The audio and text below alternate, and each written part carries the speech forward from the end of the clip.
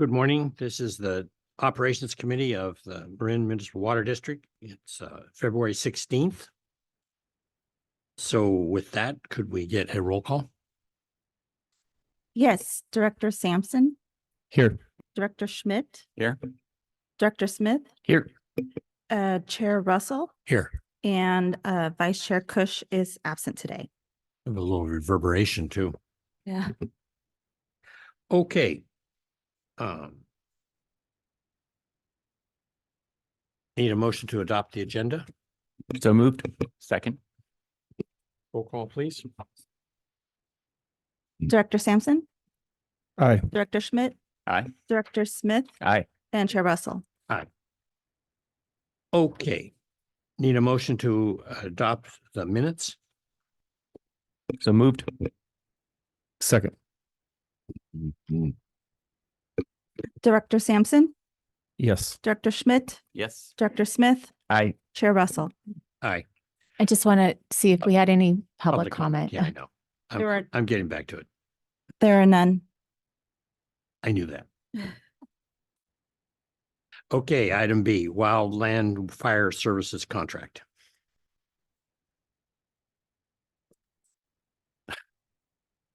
No mistake.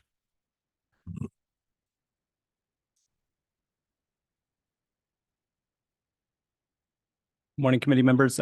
Sean Horn, Director of Watershed Resources. The item before you is the Wildland Fire Services contract, and I'm going to hand it to Carl to provide a presentation on the details of this particular contract and how it'll support the implementation of our BIFIP. Good morning, board. Carl Sanders, Natural Resources Program Manager. I don't have a presentation, just I'll give you some bullet point highlights for a review and refer item. I put together a Wildland Services PSA or a request for proposal, RFP, thank you. That was advertised last Friday. This is a GSA contract template that I worked with the general counsel on putting together. That is, I think, an appropriate contract format for this type of work moving forward. This is the year 5 implementation of our BIFIP. Throughout the 5 years of implementation, we've been generating quite a bit of slash that we often turn into burn piles. Those burn piles are accumulating at a rate faster than my own staff and our existing contractors can stay on top of in terms of burning them off.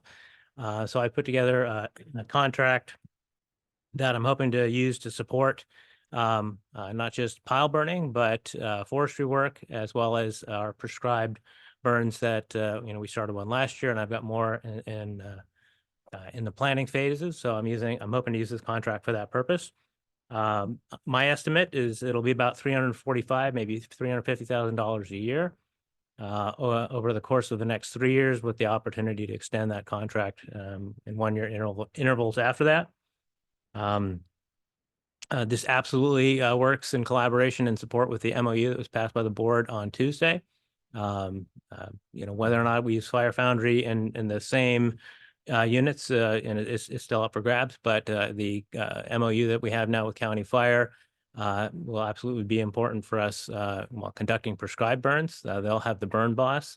I could see whoever wins this contract having a role in prepping for burns, as well as during the operation, and then importantly for post-fire mop-up or patrol efforts after each fire.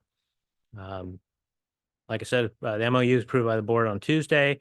This was advertised on last Friday, the 9th. The opening's on the 27th. And we'd like to go to a regular board meeting early in March or mid-March for approval of a contract or award of contract when we have our low bid and reviewed bidder background. Thank you. Board comments? Just confirming that these dollars are already in our budget that we approved. Correct. I budgeted money within this FY. I'm attempting to pull off, if I get this contract in place, 8 spikes with a crew to conduct pile burns between now and the end of June. And then, we'll have to see how the next year's budget looks. But yeah, I've allocated or budgeted money for this year. Great. And give us a heads up on when these events happen. Love to be a witness on the side. Absolutely. We keep communications up to date on even like pile burning that we're doing, and certainly with prescribed burning. But Adrian regularly puts out social media posts on all the burn operations we conduct. And we'll just note that in addition to budgeting for this in the BIFIT budget for implementation, we, secured our Wildlife Conservation Board grant yesterday at the Wildlife Conservation Board meeting. And that'll bring $2.8 million, and that'll support some of this contract work, as well as our MOU with the county. Also, also worth noting is that I have another 4 prescribed burn units in play. We're doing compliance work for them now, cultural compliance work. We'll be doing prep work over the next 6 months. Some number of those will be in play for next fall, including finishing the burn that we started last fall in October. These crews for this RFP, they'd be in support of County Fire in terms of hierarchy. We would want to look at that first and then, Yes. okay. Yeah, absolutely. County Fire would be would be the burn boss and would be conducting the burn as we Great. did last year. I would see them helping in the prep, maybe with operations if County Fire didn't have enough personnel or they were drawn down in the time of year that I'd like to burn. And then importantly, on the post-fire patrol and mop up. Okay, excellent. Thank you. Is there a reason we don't chip this material? We do. We chip, we masticate. But in some locations, it's too difficult to get the machine next to where that material is, or it's just not cost effective to take the material from where we've cut it and piled it, or the slash builds up. If I can get a machine in there, that's my first choice. Then I'm limited by slope and topography and maybe rare plants. So the piles are often in remote, inaccessible locations. It's really one of the ways that we can have the least impact on the environment while we do the work is to leave these piles and not bring equipment in and not drag it out of the forested areas. Yeah, perhaps we should send an RFP to the marijuana growers. They seem to deal with the slopes. I don't I think know we it's have as many dangerous. as we once did. I know. I go back that far to the helicopter when we damaged the Yeah. Coast Guard's helicopter and all that. And also worth noting too, this Wildland Services contract will support other contractors that I have in place already to do pile burning. For example, the state CC, the state Cs, the local conservation corps. We even take one of our forestry contractors, Hanford, and they help us out as well. And we're also limited too by just the number of days and the weather and the fuel that we can burn. We get a smoke management plan from air quality. But if it's too wet, and or we get a denial from air quality, we have just less days each year. So I'm trying to concentrate the work. Sean and Carl, that would actually be something pretty interesting to track is denials by air quality. So we can understand how they're restricting us in trying to do our job. Because I think it's a common theme throughout the Bay Area, actually Northern California, with air quality districts clamping down and realizing that they're really handicapping what we're trying to do. So if it becomes an issue, please let us know. One more thing. So Carl, and Sean, I know I've mentioned this before in the past, some ideas around how to use some of that slash. I know we have a lot of material, so this is the suggestion I'm going to bring up here isn't suitable for all places and probably for the quantity we have, but there's a lot of work that's being done to use that slash in our wildland areas to repair gully erosion sites and things like that. I'm wondering to what extent either, with what we've currently got or maybe with future work, we can be looking at where there are places where we have erosion issues in channel that would be suitable for doing slash packing, which I'm sure you both are familiar with. It'd be a really for those of you who don't understand the concept, there are places where there's erosion happening in a stream. A technique is growing where using oftentimes forest thinning to do layering of vegetation and soil in a stream channel that ultimately ends up rebuilding the channel bed, which slows down, it captures sediment, so it slows down erosion. It actually increases the amount of infiltration of water into the watershed. And it's a way of healing the landscape. So to the extent that we can do some of that kind of work here, I think that would be really exciting. Do you see any opportunities for that, either with where we currently have material or where we might in the future? Yeah, I think it's important to think about like those restorative practices that we can bring into our watershed management operations, and there's definitely opportunity there. I think where we have the current limitation is in compliance. So thinking long term about like how we can build that into our permit packages for our culverts or build it into our broader, longer term roads and trails management. So we have the CEQA compliance and the best management practices built up to get us the permits to allow us to do that. That'd be our limiting factor today, is to have the permits to work in the creek.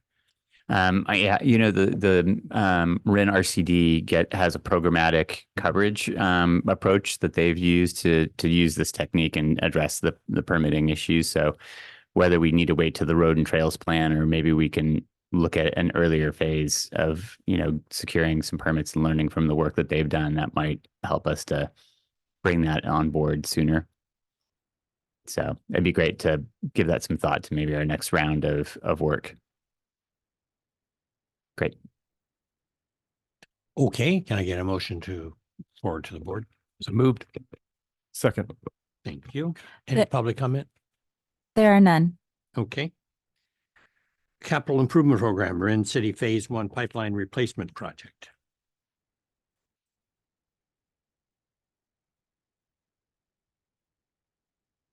Morning, Alex. Good morning, directors. Alex Anaya, Engineering Director. This morning, we have a couple of items. First one on board is the Marin City Pipeline Replacement Project. Zach Talbot will be presenting that item today, who's currently acting in the capacity of as Engineering Manager of Design. Thanks, Alex. Hi, good morning. I'm here to present the Marin City Phase 1 Pipeline Replacement Project. The project will install approximately 9,200 feet of welded steel pipe to replace 65-year-old leak-prone cast iron pipe along various streets within Marin City. This project is within coordination of the County Marin Street Overlay Program. The engineer's estimate for this project is $2.7 million, and bids will open next week on February 20th. This project is largely funded through a $6.4 million grant, which was awarded by the California Department of Water Resources. The remainder of the project will be funded through Marin Water's Capital Fund. Getting much interest in it? Yeah, we've Good. got quite a few bids actually, or bid holders. The project is scheduled to last 332 days with the completion date of January 31st, 2025. If all bid documents are acceptable, staff will make recommendation at a future regularly scheduled board meeting for contract award. The recommended action is for review and refer to a future regularly scheduled board meeting for contract award for the Marin City Phase 1 Pipeline Project and for approval of a cooperative agreement with the County of Marin. Thank you. Do we parallel the existing pipe or is it removed in sections? It depends on where we are. The streets in Marin City are quite wide, so Yeah. we've got our choice of layout, and so what we're trying to do is to minimize paving. We're sticking along the curb and gutter, so sometimes we're on the other side of the street because it's free and open because our existing pipeline is along the curb and gutter existing. Cool. Well, Yeah. plus you keep the water on that way, huh? Mhm. That's a good idea. Questions? Well, I want to commend our team and Ben for helping take leadership on this really important project. Maybe even I would view it as an historic project. This is an underserved community, and Terry Green has been a champion for her community for years. She went out and got this grant, and others weren't willing to take it. But Ben, you really stepped up and helped her out and helped us help them. We're replacing 40% of their pipes, which is a massive, massive move for Marin City. But I think even more importantly, this is the beginning of helping understand other issues that are going on in the community in regards to health and safety issues with water and others. And part of this project is community awareness. So we'll be leveraging some of the funds here to reach out to I imagine hundreds, if not maybe even up to 1,000 folks in the community and customers who have meters and trying to understand the quality of the pipe from the meter to the building. And even though that is not our responsibility, this will help understand what other underlying issues are in some of these old buildings that were built really as temporary housing. So I think we're going above and beyond laying down this pipe and this contract that we're talking about. I'm fully supportive of. I'm super proud of what Terry Green has done for Marin City and what we're doing to help out. But this is going to have broader impact than just these pipes here. So well done, and thanks for stepping up, Marin Water.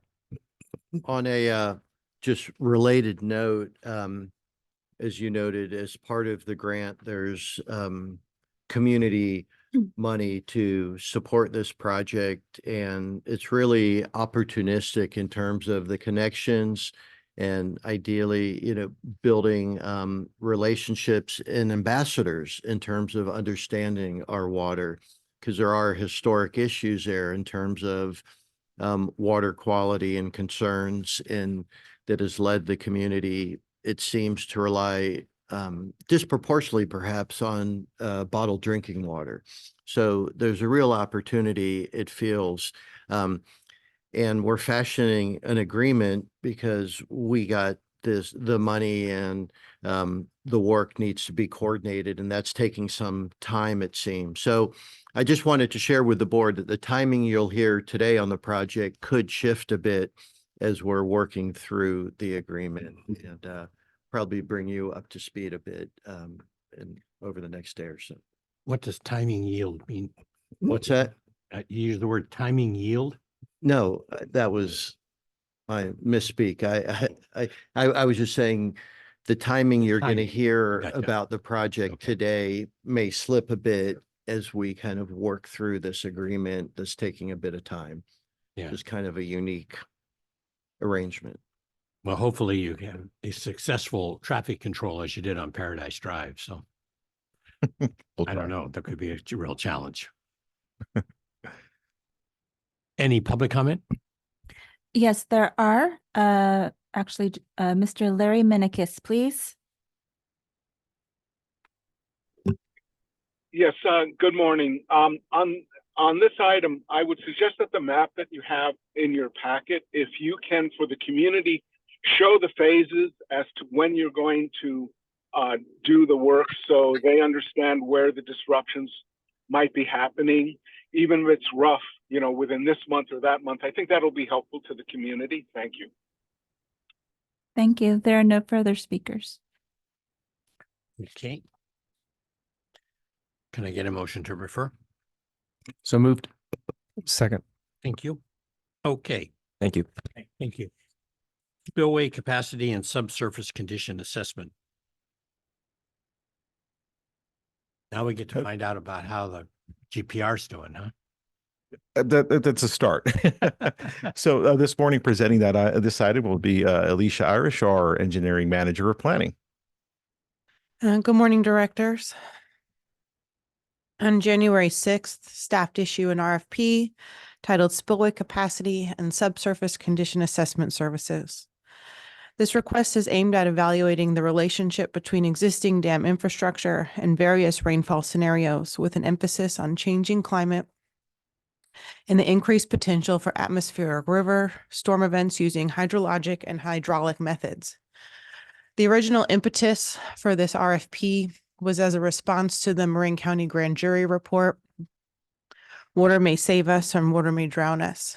There's also going to be additional value towards our storage contract, as this study will provide a more formal analysis of the spillway capacities, and it will provide a good value towards that storage contract with Terra Geopentech.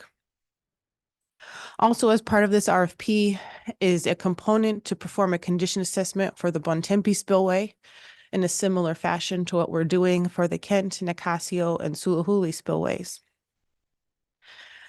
Proposals were received for this RFP on February 13th. We received 5 proposals.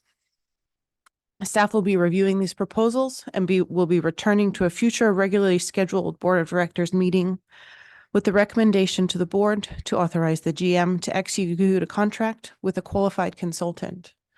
So the recommendation today is to review and refer to a regularly scheduled board meeting for award of a professional services agreement for the spillway capacity and subsurface condition assessment. Thank you. Board comment? Public? There are none. Okay. And thank you very much. Convinced us. Great. Okay. Need a motion to Yes. refer? Motion to refer. Thanks. Second. Okay. Thank you very much. Update on the lead and copper rule.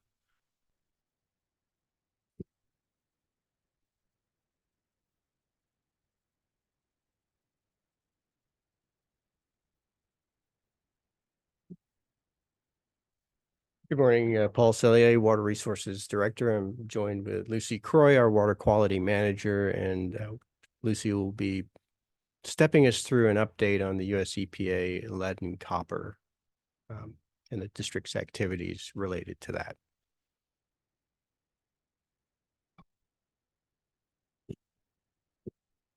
Good morning. Morning.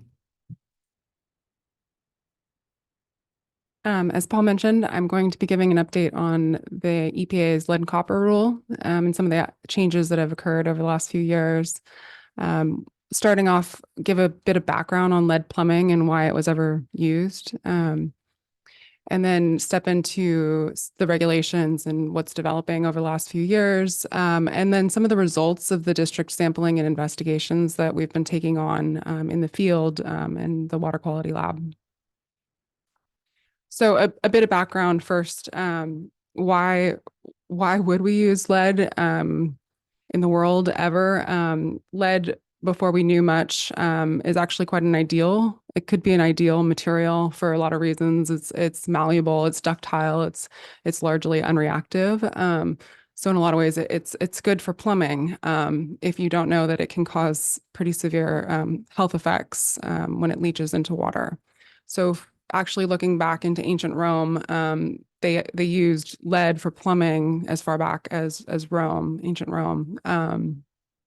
And they actually think that maybe some of the characters that we hear in ancient Rome, it may have had lead poisoning. So it's kind of an interesting fact to think about. They also used to sweeten their wine right. with lead acetate. So, right. You know, they used it for more than just right. transmission. And lead plumbing was also used pretty prevalently in the US prior to the 1920s, but mostly on the East Coast. And I'll speak a little bit more to that. National Lead put a full court press on the water districts. I'm the consultant for Flint, for the people in Flint. And in 1890-ish, National Lead made a presentation to the Flint City Council to convince them to use lead service laterals because they don't corrode from the outside. And, you know, in National Lead, I mean, who's the paint company primarily is how you would know them, Dutch Boy, those folks, put this press on, you know, in my opinion, with full knowledge of the Roman situation and basically just ignored it and pressed forward anyway. It's a quite unfortunate situation, but I found your graph particularly interesting because I just saw a flash that Florida has the most lead service laterals, but they weren't that high on your list of, you didn't say the source for where that graph came from. The one at the end that we'll get to, it's from 2016 too. So I think a lot of the data has evolved over time too, right? As we do more of these regulations, and I will get to that. And as you mentioned, lead can not be corrosive for a lot of reasons compared to iron that they were using at the time. But then as the standard has moved to copper, that's much better to use. Anything's better than lead. Right. Especially as you learn that there's harmful health effects and especially to children. So over time, as those health effects became apparent, the Safe Drinking Water Act of 1974 was passed to protect public health for a variety of reasons and contaminants in water, including lead. And it was amended in 1986 to prohibit the use of pipes that were not lead-free. And lead-free at the time was defined as anything less than 8% of lead. So it's still contained. Only 80,000 parts per million now. Right. Just a detail. And at that time, it also pushed forward the establishment of the 1991 lead and copper rule, which is the primary regulation that we've been operating under over the last 30 years. And then this was also amended in 2011 to further reduce what is lead free, and now that stands at 0.25%. So as I mentioned, we, Marin Water, sample for lead every 3 years in compliance with lead and copper rule for the past 30 years. And lead sampling results have continued to remain well below regulatory standards. And these results reflect and support a lot of the field investigations that we've recently seen out in the field, looking at service lines and pipes. So, and I'll get into more of those details further on. Flint, the crisis started in 2014, and California was pretty quick to act. There was a lead sampling in schools that started in 2017. It was a collaboration between the Division of Drinking Water with California State Resources Board and the California Department of Education that required testing across the state in all public K through 12 schools.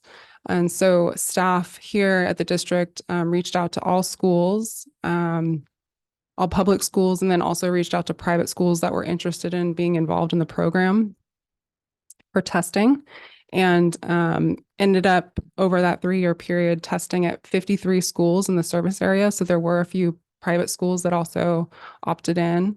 And at each site that each school that they tested 5 locations within the school. So it was a pretty comprehensive program. And we were actually talking to the lab and the field staff yesterday, and they were spending some time telling stories about that period and how hard it was actually to go out and do the collecting samples, because you have to do it first thing in the morning after the water's been still for 8 hours and sitting in the pipes. And a lot of the teachers get there very, very early in the morning, and the kids get there very early in the morning. And so they had to figure out a way to get to the schools by 6:37 in order to make sure they were capturing the first draw of the water. So that was an undertaking in 2017, 2019, and took over 260 water samples from drinking water fountains and faucets that were locations most accessible to children. And in all of those samples, there were only 3 that exceeded the action level, and those schools were notified that corrective actions were necessary, and they took those on. And are they okay now? As far as we know, they were required to take action. Right, I understand that, but it seems to me that might be a good PR from our standpoint to do some more sampling, even if it's not required, just to show confidence in the schools as a thought. Yeah. Mm-hmm. Yeah. Yeah. So as I mentioned, Flint, Michigan, the lead contamination crisis, it started in 2014 when the city switched water sources that caused corrosion of lead service lines that had already been in existence in the city, but the quality of water that they switched to was more corrosive. And that led to lead health-related concerns in the city. And California reacted quickly with the testing in schools. The EPA, it's been a little bit longer to get to the revision of the lead and copper rule, but those revisions have started since 2021, and that's across the United States.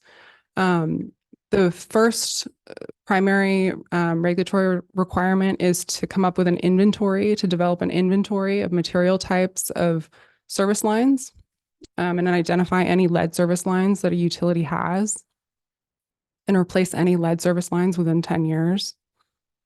And there have been some changes over the last 3 or 4 years as the administrations have changed between the last 2 administrations, but it looks like it's going to be finalized in the next probably 3 to 6 months. We'll have the final revised lead and copper rule, and they've held to getting this inventory completed by October 2024, as well as it's looking like they're going to lower the lead action level from 15 to 10 micrograms per liter, improving sampling techniques, and also improving communication to customers. I've been pushing on EPA to set an MCL. Mm-hmm. Canada's MCL for lead is 5. The EU's is 10. Mm-hmm. And I think ours I think the concept of action level, first of all, is ridiculous. But even worse is the number, because I think it's way too high. And, you know, it's the only water standard we have, more or less, that has an action level. Right. And meaning normally what happens is you can't serve water over this number. So the action level says you have to do something about it if it's over the number, as opposed to can't. Right. So it's kind of an interesting concept, and a lot of lobbying by the American Water Works Association to get the number that way. And I've been really involved in this for the last 15 or so years. And I remember that initially the United States said, it's not a problem. We have like 6,000 of these. Then it was 3 million. And now I'm seeing numbers like the ones from the paper that you quoted. It's like 30 million or something like that. And what are we doing about goosenecks and things like that?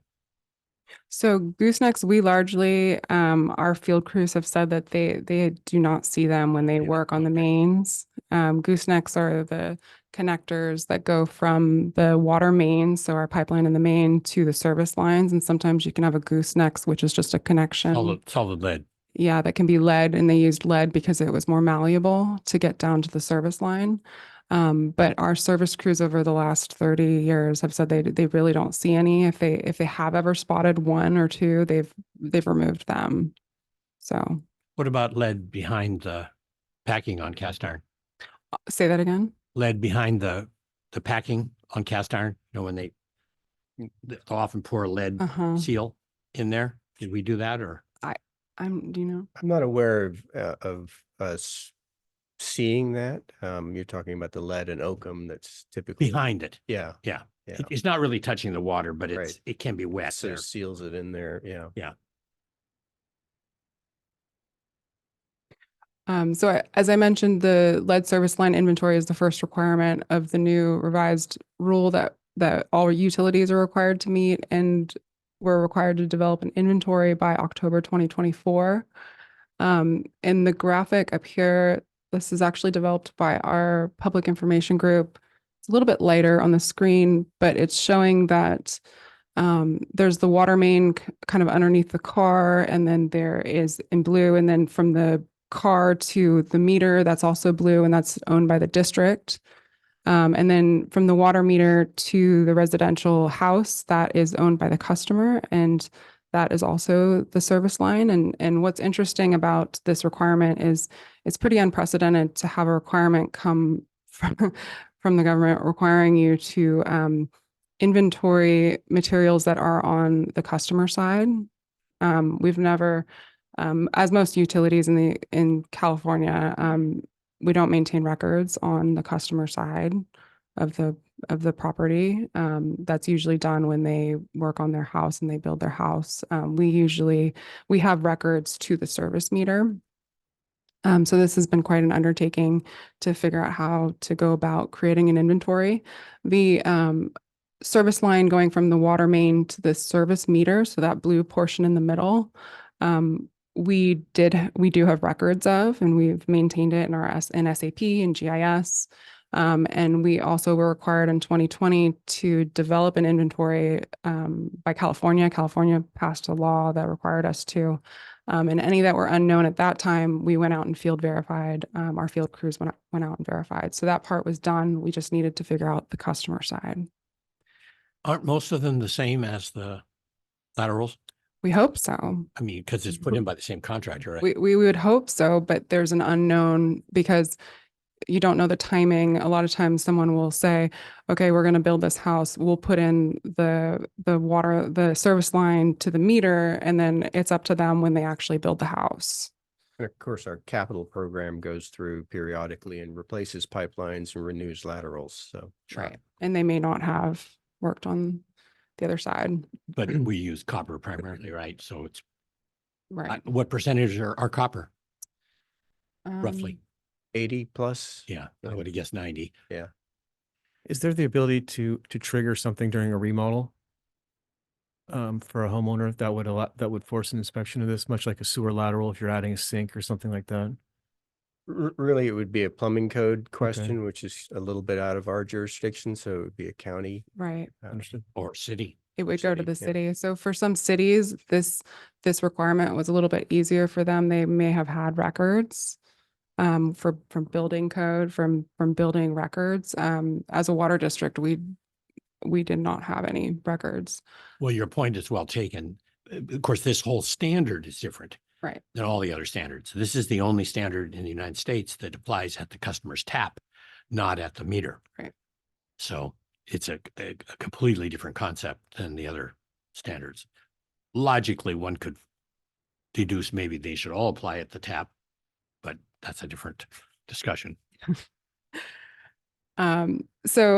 So recently, over the last 6 to 9 months, is this impending deadlines coming up.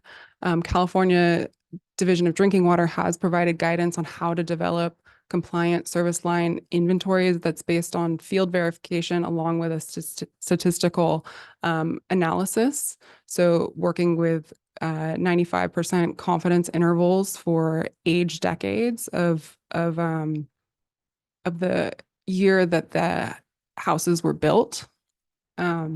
So we used that desktop analysis to start and create an idea of when the houses were built, and then worked with our field staff, and they were trained before going out in the field.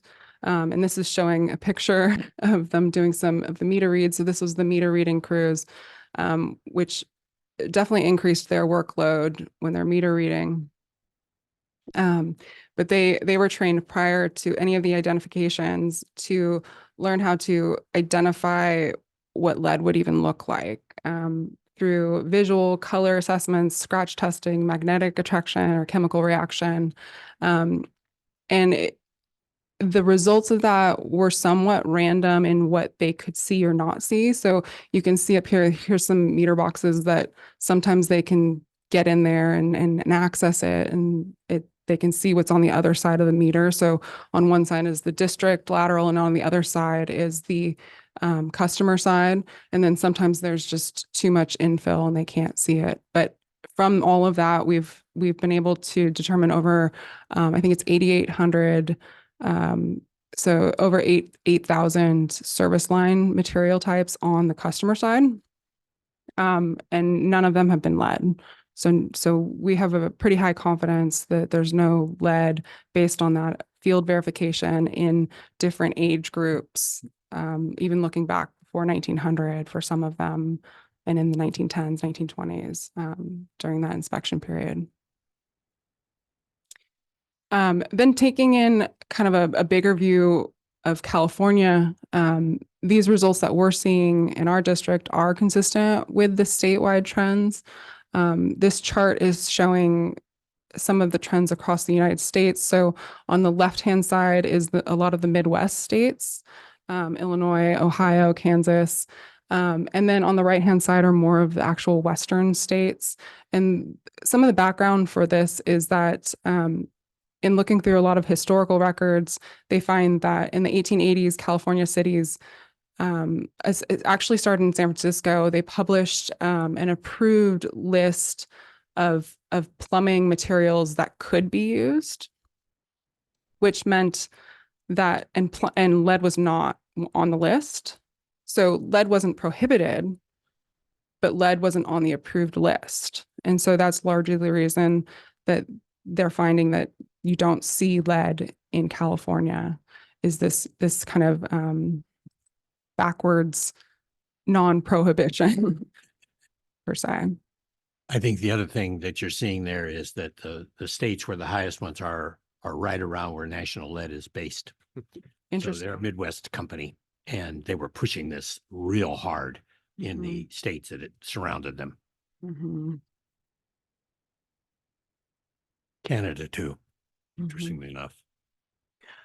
So in summary, we're going to work on continuing to finalize our service line inventory and make sure it's compliant with the revised lead and copper rule, and submit it on time by October. And we'll come back and monitor if there's anything we need to update the board with. And in retrospect, looking back over the last few years, I think it's been really rewarding to be able to go through this process and understand with relatively high confidence that we are lead free in our system and that we're able to deliver water from our watershed that's such high quality all the way to our customers through the distribution system, and there's no risk of lead or contamination all the way through. So Well, and it's convenient too that the code requires a single pipe, no joints on the customer side. So I don't know what happens if you have 300 feet. They must do Right. something about that, but coils of copper come in 100-foot length. So if you're less than 100 foot, it's one coil into your house. It seems to me that you could also look at where the water daylights to the shutoff valve on the house. yeah. You know, it wouldn't necessarily have to be the same material, but probably if it's copper there, it's copper throughout. And that was one approach we thought about when we were actually before Division of Drinking Water came up with their guidance. We were coming up with all the ideas of how are we going to go about this? Are we going to pothole? Are we going to have 2 points of confirmation and look at the meter box and look at how it's attached in the house? Very different than East Coast houses where a lot of them, the piping comes into the basement and they're able to see that side of it. Some houses you can Or see it. France, I've been working in Paris, and the meters are inside the house in the basement. So it comes in and you see this lead guy coming around like that. And you know, it's real easy to bend. So they don't have joints, no fittings. It just bend the pipe into shape. One thing that has been concerning me, not so much about us, but in general, is that we are running out of phosphate. And I don't know that there's a fuse on it yet. It's coming. And I have heard nothing about alternatives for phosphate addition showing up. So you need to start thinking about that, what's going to happen. It's probably outside of at least outside of my lifespan range, but it's disconcerting because, you know, even though one could probably argue we're overly protective with the phosphate that we add, I think it's great because I monitor the water quality too. And I have 0 lead faucets by analysis, you know, not 0.25, 0. And I pay a lot of attention to this particular issue because lead is just a terrible material, has no beneficial, you know, things like copper, at least we have a certain metabolic need for copper, but not for lead. And having been, you know, involved in Flint for the last 8 years or so, it's a very sad situation. And I'm glad that we're getting on this. And like I say, give some thought to the phosphate issue because I don't know where it's going next, but it's running out. Yeah, I've had similar thoughts some time ago. You know, there are some options that we can talk about. Yeah. Yeah. Yeah. But yeah, I think overall we're in good shape with respect to lead. Okay. Any other comments? Just a thank you and acknowledgement for the very detailed staff report. It's very informative and it's good to hear that we're in good shape. So thanks. Public comment? There are none. Okay. Cool. Thank you. Okay, the next meeting is an oddball, March 8th. How come it's March 8th? That's because the Lagunitas Creek TAC is on the 15th. Gotcha. Also, I wanted to add that on the 27th, there's a closed session at 5:30. So just wanted to bring that to your attention. Okay, cool. Thank you. All right, with that, we're adjourned. Thank you.